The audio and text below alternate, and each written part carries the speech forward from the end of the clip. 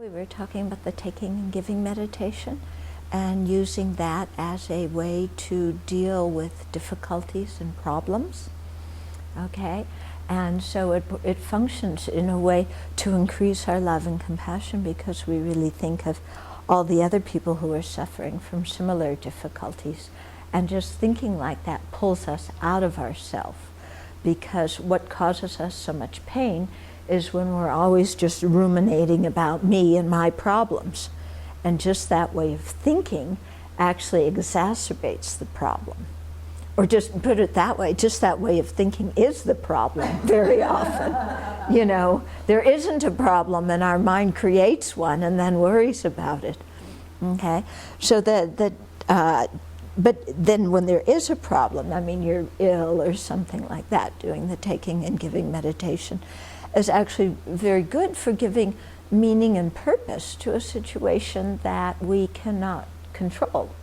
Yeah, and so thinking of others who have that same difficulty, and then, you know, with compassion wanting to take that on, you know, and then give them our happiness. And so when we take on their difficulties, we imagine it leaving them in the form of some kind of disgusting, polluting substance, which you then imagine, you know, inhaling or taking into yourself. It doesn't mean that when you do the meditation you start coughing and choking, you know, and it doesn't mean that you're taking the pollution in and it just sits there. But rather when it comes in, it transforms into, like, I like the image of like a lightning bolt. Other people can use other images. But into something that's quite strong. And then I think of my own self-centeredness and self-pity and all this stuff as like a lump at my heart, because that's often the way it feels. And then, so we take on others' suffering, which is what they don't want, and we use it to destroy our own self-centeredness, which is what we don't want.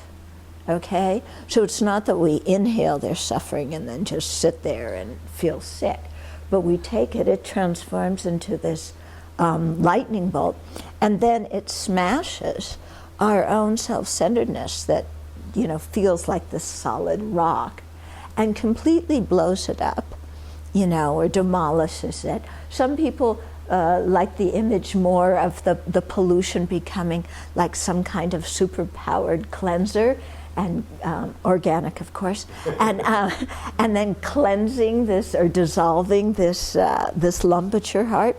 But whatever image you use, the result is that your heart is now open and clear.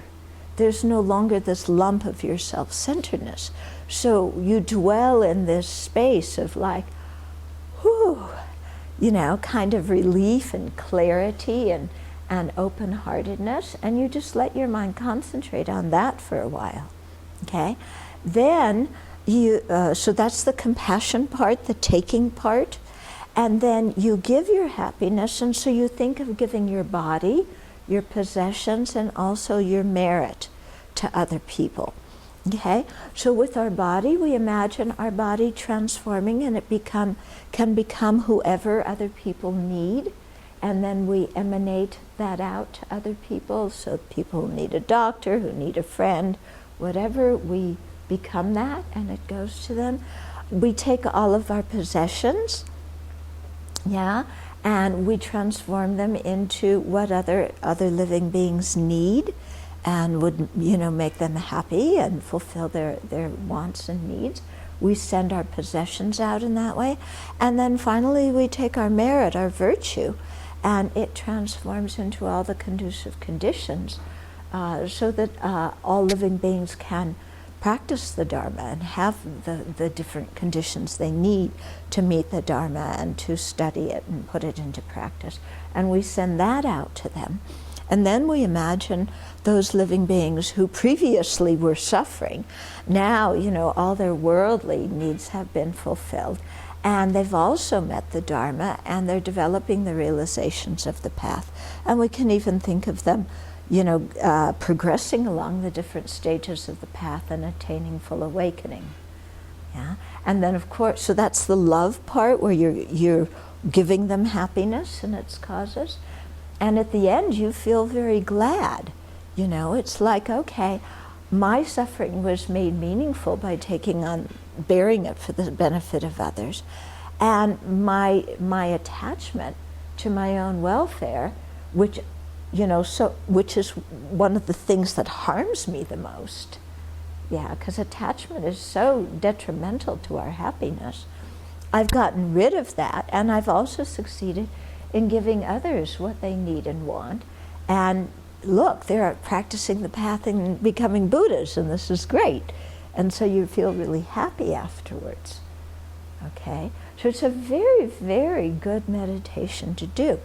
Like I said, it needs a lot of meditation beforehand to cultivate the right mental state to do it. Yeah? Otherwise, it can be scary or it just becomes too intellectual. So we really have to develop equanimity and develop love and compassion and genuinely see the disadvantages of self-centeredness, genuinely see the benefits of cherishing others, And so practice all these other meditations on the Bodhisattva path beforehand. And then when you do that, then the taking and giving just comes very naturally. Yeah.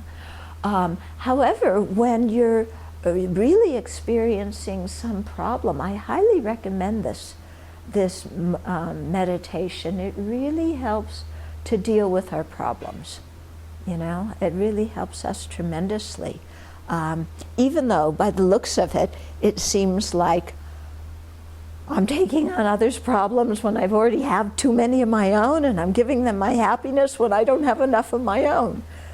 Yeah, which is the self-centered way of thinking, isn't it?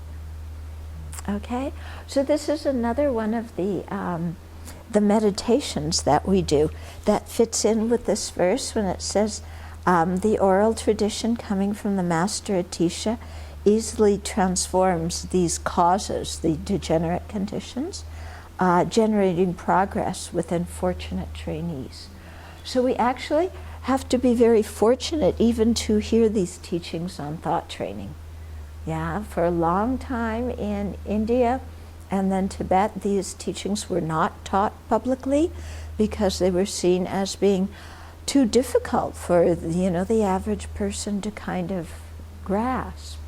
But then they started being taught publicly. So we're actually quite fortunate to have heard them and to be able to put them into practice.